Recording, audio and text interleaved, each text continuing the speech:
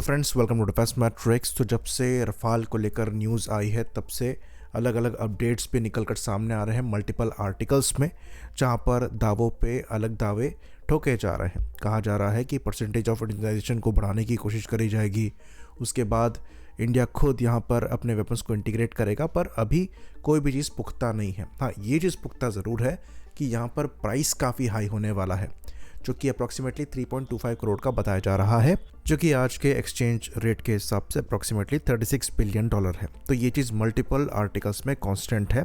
साथ में ये चीज़ भी कांस्टेंट है कि रफाल के F4 वर्जन लिए जाने हैं और अल्टीमेटली कुछ F5 भी लिए जाने हैं। तो जो ऑनलाइन डिबेट चालू हो गई है वो ये है कि रफाल लिया जाए या ना लिया जाए। तो कई लोग इसको डिफेंड कर रहे हैं, कह रहे हैं कि रफाल काफ़ी कैपेबल एयरक्राफ्ट है, एयरफोर्स को कैपेबिलिटी चाहिए, और क्योंकि हमारे इंडिजिनस प्रोग्राम समय पर एग्जीक्यूट नहीं हो पा रहे हैं इसलिए रफाल पर बेट करना ज़रूरी है। वहीं पर दूसरी साइड से आर्ग्यूमेंट ये है रफाल इतना कैपेबल नहीं है, उसके बाद आप इतना ज़्यादा पे कर रहे हैं जो कि जस्टिफाइड नहीं है, और इस डायरेक्शन में हमें आगे नहीं बढ़ना चाहिए। जो रियलिटी है वो इसके बीच की है।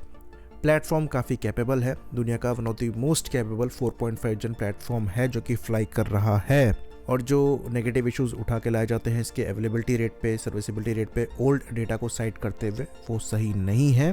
मल्टीपल सोर्सेज इंडिकेट करते हैं कि यहाँ पर अच्छी सर्विसिबिलिटी और अवेलेबिलिटी रेट को मेंटेन करके रखा जा रहा है, जो कि इस प्लेटफॉर्म के फेवर में आता है।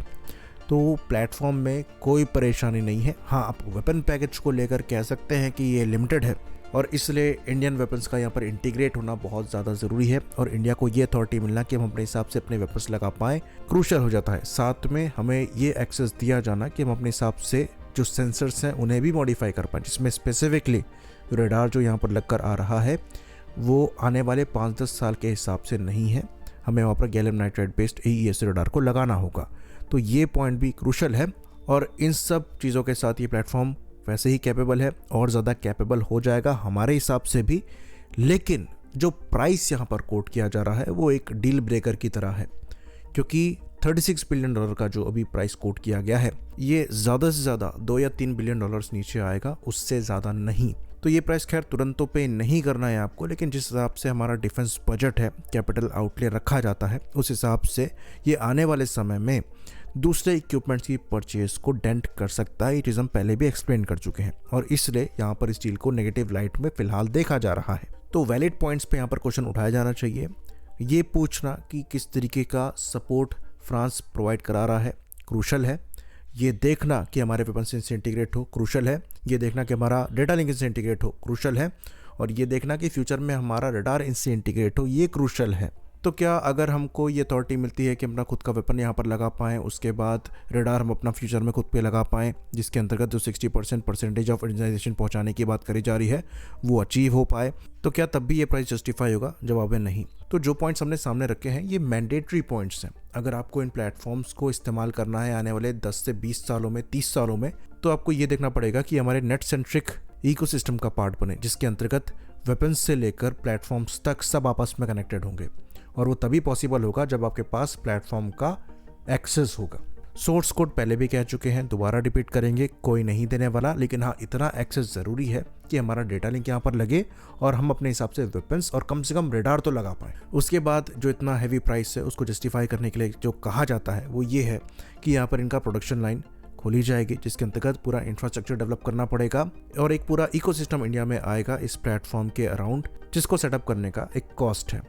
तो यहाँ पर एक इम्पॉर्टेंट चीज़ हम भूल जाते हैं कि ये जो प्रोडक्शन लाइन सेटअप होगी, जो इकोसिस्टम सेटअप होगा, ये खाली इंडिया को बेनिफिट नहीं करने वाला है, ये फ्रांस के लिए भी है। इंडिया में जो रफाल मैन्युफैक्चर होंगे ये एक्चुअली फ्रांस में मैन्युफैक्चर हो रहे रफाल से एक टाइम बाद सस्ते पड़ेंगे, क्योंकि यहाँ पर लेबर कॉस्ट कम है। और जो फाइनल प्रोडक्शन लाइन यहाँ पर सेटअप करने की बात करी जा रही है ये खाली हमारे बेनिफिट के लिए नहीं है। रफाल को लेकर डेसो की जो ऑर्डर बुक है ये ओवरफ्लो कर रही है, तो डेसो पर प्रेशर है रफाल के प्रोडक्शन को बढ़ाने का। तो जो इंडिया में प्रोडक्शन लाइन खुलेगी इसका बेनिफिट सीधे सीधे डेसो को भी मिलेगा। हाँ, ये बात ज़रूर है कि लोकल जॉब क्रिएशन यहाँ पर होने वाला है, जो इंडस्ट्रीज़ हैं वो ग्रो करेंगी, इंडिया को बेनिफिट होगा, पर डेसो को भी होगा। उल्टा डेसो को इंडियन प्रोडक्शन से और इंडियन MRO से ज़्यादा बेनिफिट होगा। जैसे कि हमने एक्सप्लेन किया, यहाँ पर लेबर कॉस्ट कम है। इसको आप इस तरीके से समझिए कि एप्पल इंडिया में आईफोन इसलिए मैन्युफैक्चर कर रहा है क्योंकि उन्हें पता है कि जो ग्लोबल डिमांड है और ग्लोबल प्राइसिंग है उसके हिसाब से जो इंडिया में लेबर कॉस्ट है वो उनको प्रॉफिट में रखता है, इसलिए वो दोबारा अमेरिका जाने को लेकर कीन नहीं है। दूसरी चीज़, जब हमारे खुद के वेपन्स इन प्लेटफॉर्म से इंटीग्रेट हो जाएंगे तो हमें यूरोप से स्पेसिफिकली वेपन्स इंपोर्ट करने की ज़रूरत नहीं है। ऑल्दो हम हैमर और इवन स्कैल्प तक को इंडिया में मैन्युफैक्चर करने की बात कर रहे हैं, पर हमें ऐसा लगता है कि इनके ऑल्टरनेटिव्स जो हैं हम खुद बना रहे हैं, तो हमें उसके लिए यूरोप के पास जाने की रिक्वायरमेंट नहीं है। एयर टू एयर मिसाइल्स में भी हम अच्छी खासी प्रोग्रेस कर चुके हैं, तो वहाँ भी एक्सपेंसिव यूरोपियन वेपन्स को अवॉइड करते हुए हम पैसा बचा सकते हैं। बाकी एक और चीज़ यहाँ पर क्रुशल हो जाती है, तो अभी तक की जो सबसे बड़ी रफाल डील है डसॉ एविएशन को मिली है, ये यूएई की साइड से मिली है, जो कि 2021 में साइन करी गई थी, यानी कि करीबन आज से 4 साल पहले, क्योंकि ये दिसंबर में डील साइन हुई थी। और ये 18 से 19 बिलियन डॉलर्स की डील थी, जिसके अंतर्गत करीबन 80 रफाल जो हैं यूएई द्वारा लिए गए, और ये F4 स्टैंडर्ड के रफाल थे। तो उनकी डील में भी क्लॉज थे यूएई के लोकल वेपन्स को इंटीग्रेट करने के। साथ में ऐसा नहीं है कि वेपन के मामले में वहाँ कहीं कॉम्प्रोमाइज़ किया गया है। इवन लेटेस्ट मीका एनजी से लेकर जो 1000 किलोग्राम की हैमर मिसाइल है वो तक इनको मिल रही है, तो वो भी काफ़ी अच्छी डील है। और इसी के अराउंड इंडिया में भी चर्चा चल रही थी 114 रफाल्स को परचेज करने की, पर हम आगे नहीं बढ़े। तो वही सेम प्लेटफॉर्म जो कि यूएई द्वारा रिसीव किए जा रहे हैं वो हम भी रिसीव करेंगे, और हमारा थोड़ा नंबर ज़्यादा है। 114 एयरक्राफ्ट हम लेने वाले हैं, यूएई ने 80 लिए थे, और उनके प्राइस के हिसाब से अगर आप 114 प्लेटफॉर्म्स की वैल्यू को कैलकुलेट करेंगे, और अगर आप स्पेसिफिक होना चाहें तो 90 F4 की वैल्यू को कैलकुलेट करेंगे, क्योंकि हम 90 F4 ले रहे हैं और 24 F5 ले सकते हैं। तो 90 F4 आपको यूएई की डील के हिसाब से 21.38 बिलियन डॉलर्स के पड़ते, वो भी 2021 में। आज के हिसाब से ये 25.33 बिलियन डॉलर्स होता है। यानी कि अगर आप यूएई की डील को एज अ स्टैंडर्ड मानकर चलते हैं, जहाँ पर वो सारे रफाल फ्रांस से ही ले रहे हैं, तो आज आपको 90 F4 के लिए 25.33 बिलियन डॉलर्स पे करने पड़ते हैं। तो इसका सिंपल सा मतलब ये है कि जो आप एडिशनल 10 बिलियन डॉलर्स पे कर रहे हैं वो 24 F5 के लिए, साथ में लोकल इंडिजिनस कंटेंट्स के लिए और लोकल मैन्युफैक्चरिंग के लिए पे कर रहे हैं। तो सवाल ये उठता है कि क्या ये प्राइस जस्टिफाइड है? तो इसमें और डीप डाइव करने के लिए एक और कैलकुलेशन लगाते हैं। चलिए हम ये मान लेते हैं कि जो 24 F5 की हम बात कर रहे हैं उसकी जगह पर हम 24 F4 ही ले रहे हैं, जो कि यूएई द्वारा परचेज किए गए थे। तो यूएई की डील के हिसाब से 24 एडिशनल रफाल F4 की वैल्यू अप्रॉक्सीमेटली 5.7 बिलियन डॉलर्स पड़ती, जो कि आज की वैल्यू के हिसाब से 6.75 बिलियन डॉलर्स है, ऑलमोस्ट 7 बिलियन डॉलर्स। यानी कि 25 बिलियन डॉलर्स में आप 6.75 बिलियन डॉलर्स ऐड कर लीजिए, प्राइस आपका 31.75 बिलियन डॉलर्स पहुंच जाता है। यानी कि यूएई की डील के हिसाब से इन्फ्लेशन ऐड करते हुए अगर आप 114 रफाल F4 सीधे सीधे फ्रांस से ही परचेज करते हैं तो आपको 31.75 बिलियन डॉलर्स पे करना पड़ेगा। तो रफाल F5 डेफिनेटली एक्सपेंसिव होंगे।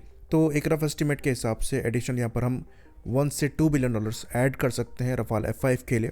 तो 32 से 33 बिलियन डॉलर्स तो खाली प्लेटफॉर्म का कॉस्ट यहाँ पर बन जा रहा है। यानी कि 3 से 4 बिलियन डॉलर्स हम एक्स्ट्रा पे कर रहे हैं, जो कि इंफ्रास्ट्रक्चर के लिए है, लोकलाइजेशन के लिए है, जिसमें अगेन डसॉ का भी बेनिफिट है। तो ढंग से देखा जाए तो ये जो 3-4 billion dollars estimated extra amount आ रही है, ये डसॉ को अपनी साइड से ही लगानी चाहिए, क्योंकि हम उन्हें बड़े ऑर्डर दे रहे हैं और उनका ही यहाँ पर बेनिफिट है। और ऑर्डर पूरा करने के लिए उन्हें एडिशनल प्रोडक्शन लाइन चाहिए, तो चाहे वो ये चीज़ इंडिया में लगा ले, चाहे वो फ्रांस में लगा ले, उन्हें ये काम करना पड़ेगा।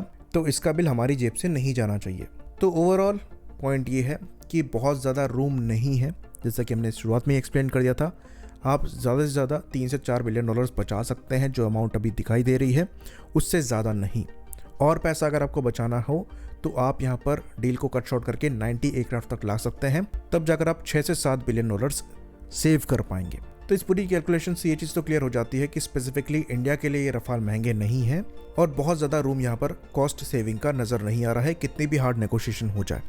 अब ये इंडिया पर है कि हम किस डायरेक्शन में आगे बढ़ते हैं, क्योंकि इंडियन एयरफोर्स को एयरक्राफ्ट चाहिए और 114 रफाल भी उनके लिए एनफ नहीं होंगे।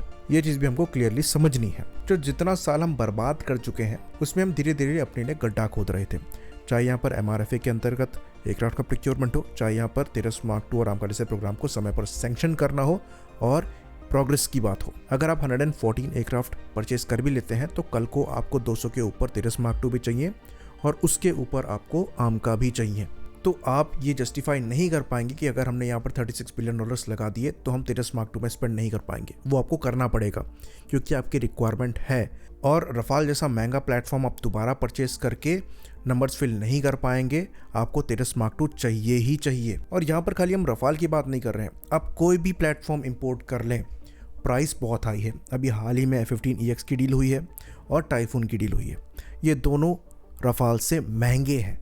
तो आप इंपोर्ट डिपेंडेंट होकर इतने एक्सपेंसिव प्लेटफॉर्म्स परचेज करके अपनी इतनी बड़ी रिक्वायरमेंट को पूरा नहीं कर सकते। इतने साल तक जो गड्ढा खोदा गया है वो ऐसे भर नहीं सकता। उसके लिए आपको इंडिजिनस प्लेटफॉर्म ही चाहिए होगा। इसलिए बहुत ज़रूरी है कि तेजस मार्क 2 समय पर आए। सेम चीज़ आमका के लिए भी है। आई होप इन्फॉर्मेशन यहाँ पर क्लियर रही हो। इसी बात पर इस वीडियो को हम ख़त्म करेंगे। लाइक करिए, सब्सक्राइब करिए। जय हिंद।